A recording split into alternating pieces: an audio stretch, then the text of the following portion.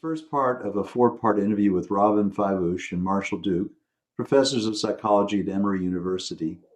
They share with us their decades-long research exploring the impact of intergenerational narratives on children's self-esteem and resilience. In this first interview, they discuss the centrifugal and centripetal forces impacting families today and how critical storytelling is for our children's well-being. Now more than ever, families need storytelling to weather the changes besetting our society and our world. So let's get to it. So, Robyn and Marshall, welcome to Explorations. It's a pleasure to have you both here. We've been having informal conversations, it seems, over the last couple of years as our lives kind of cross paths around the power of story, and especially as it impacts family life. So, I really appreciate you taking some time to be with us. So, I know that you've been looking at the role of story and family dynamics and how it impacts both families and children. What got you both interested in this topic? Maybe we can start with you, Robyn.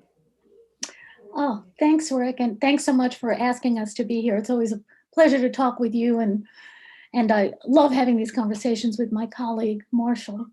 We have so much fun with this, and people ask me this question all the time, and I actually have trouble answering it because I actually don't come from a family that was much of a storytelling family.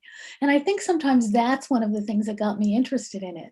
When I started hearing about other people's family stories, I became intrigued that so many people knew so many of these stories, and I didn't really have a library of family stories to draw on. And then as Marshall and I started talking more about it, from his clinical perspective and from my developmental psychology perspective, we started to really think about not just that families tell stories, but why. And that's what we've really started to explore over the last couple of decades now, wouldn't you say, Marshall? Yep, I think it really began, I guess it was 2000, the year 2000. And the way we joined together really was as a result of the project that Brad Shore, a professor of anthropology at Emory, had developed, and it was funded by the Sloan Foundation.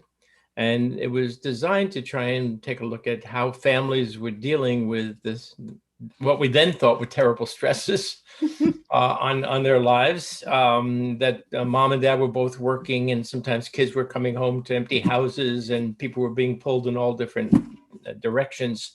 And the Sloan Foundation was funding 7 centers across the country to try and examine how families were being affected by this change in the way they lived. And we, as a center, were charged with examining, I guess, what were called centripetal forces. Centrifugal forces were pulling them apart, and centripetal forces were holding them together. And so Brad gathered together psychologists and sociologists and theologians and historians and anthropologists and to examine how families were dealing with this new way of living.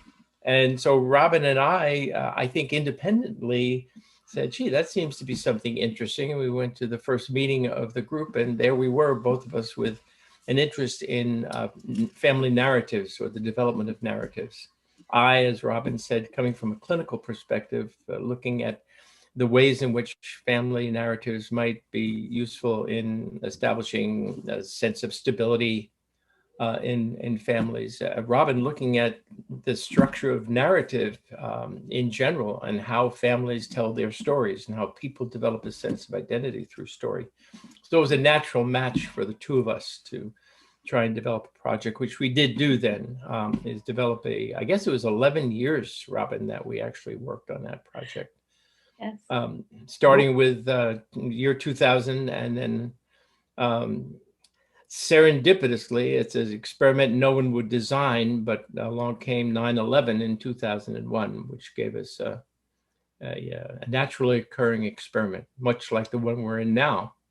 Right. Where nobody could make this happen, would want this to happen, but if it does happen, then there's an opportunity to look at things that might not have been possible to examine.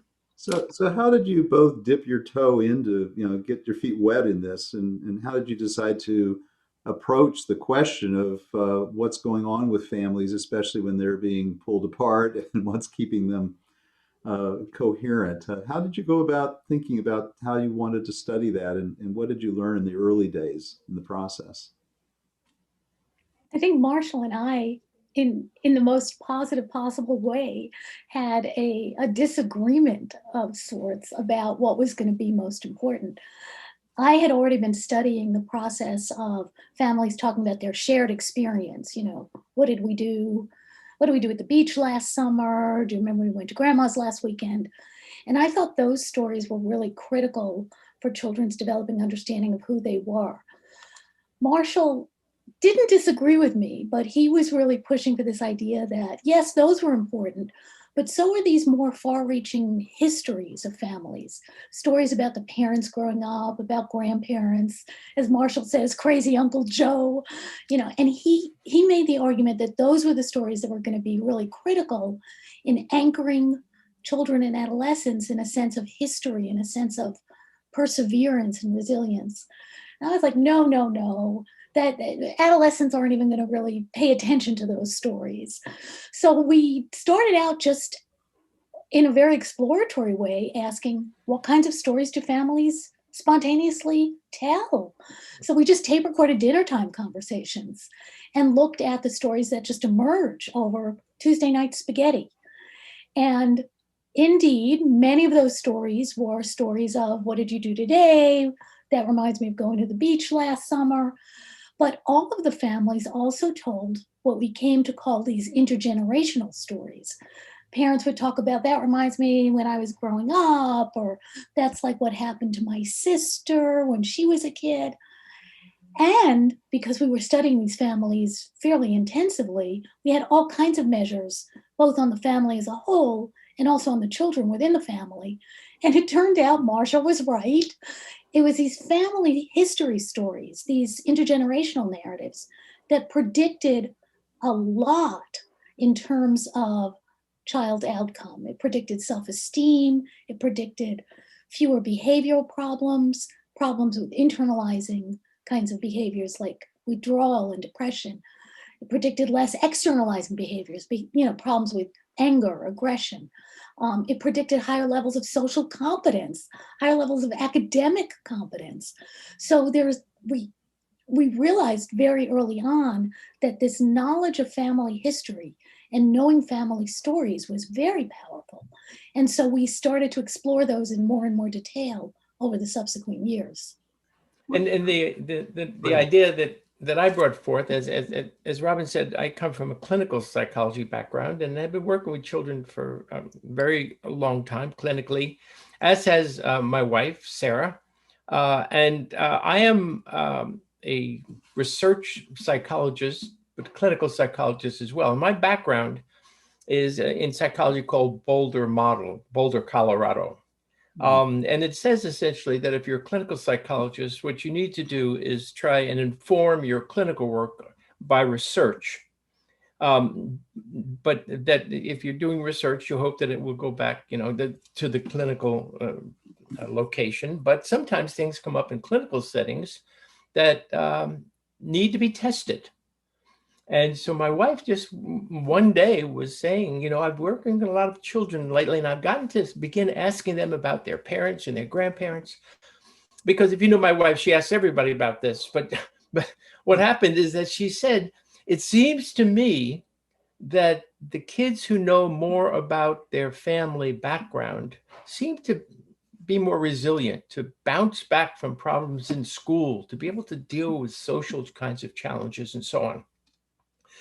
And this then triggers in me the notion that, well, yeah, that's all well and good, but we need to test that. And so taking a hypothesis from the clinical setting into the laboratory setting, which is the way I approach things. And so the idea arose there that maybe we need to take a look at this. Is it the case, in deriving a hypothesis, that the more kids know about their family background, the more resilient they are, the more capable they are of dealing with social and academic challenges, et cetera. So that was really the guiding hypothesis. And then, of course, systematically, what we do as research psychologists is go about trying to test that hypothesis in little bits and pieces, and over time, growing a body of theory, and hope that we come to a place where we have some understanding of what happened. We have to be sure that it happens first, because I had, which I won't go into, several hypotheses that I tested from Sarah that didn't work out, but this one did. What do you think is the distinguishing characteristic of families who share their history and their stories versus families who don't? Did you learn anything about that as you started looking at families what were the dynamics that may be impacting that? I can tell you some of it. I think Robyn probably can add a good bit more. She's had many more families since we began this project that she's worked with. There needs to be a storyteller in the family. And more often than not, although not always, the grandparents serve a very important role in this regard. And within the grandparents, the grandmother. Brad Shore used to say that the anthropologists referred to the grandmother as the kin keeper, that they felt some sort of responsibility for maintaining family, for carrying on stories, for transmitting, and using their special role as a grandparent to sort of provide wisdom through the medium of story. There's something about a story that we all inherently know to be useful. And that's why if somebody says to us, let me tell you a story, we all pay attention. And that's why there is no culture that has been studied by the anthropologists which does not have storytellers. Some of the storytellers being revered in a culture, others being part of every family. So there's something important there about the stories. And the grandparents, elders telling stories seem to have particular power.